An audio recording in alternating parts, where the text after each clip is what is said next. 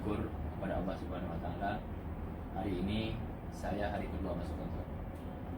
Ini kantor yang diberikan oleh fraksi Gerindra, bekasnya fraksi Hanura, masih ada renov.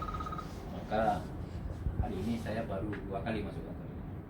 Dan saya bangga hari ini, hari kedua saya masuk di kantor ini, datangnya Ketua DPC Aceh Utara dan juga anggota Dewan Gerindra di Aceh Utara. Saya melalui ruang kantor ini, ruang kantor fraksi Gerindra yang diberikan amanah ke saya di lantai 16, kamar 22. Saya memohon doa, dukungan dari seluruh rakyat Aceh. Semoga kehadiran saya di parlemen ini bisa memberikan kontribusi terbaik untuk Aceh, baik terutama dalam hal keputusan kewenangan Aceh. Kita berharap Aceh menjadi negeri yang baik, yang mulia di dalam sebuah negara kesatuan Republik Indonesia. Terima kasih. Salam hormat saya